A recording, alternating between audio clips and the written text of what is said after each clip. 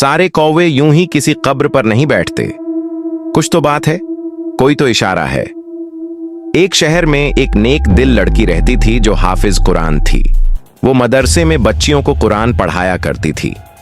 कुछ समय बाद उसका अचानक इंतकाल हो गया। सबने सोचा कि मामला यहीं खत्म हो गया, लेकिन कुछ ही दिनों बाद मोहल्ले वालों ने एक अजीब नजारा देखा। हर रोज उसकी कब्र पर कौवा आकर बैठने लगे। कभी वे कब्र की मिट्टी हटाते तो कभी अपनी चोंच से जमीन पर मारते। यह सिलसिला रोज का बन गया। लोग हैरान थे और तरह तरह की बातें करने लगे।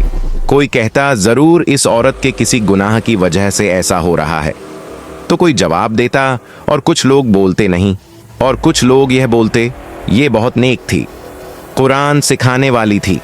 बात इतनी बढ़ गई कि मोहल्ले के इमाम साहब को बुलाया गया।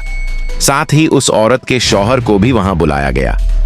इमाम साहब ने बड़े इत्मीनान से उससे पूछा, हकीकत क्या है, सच बताओ।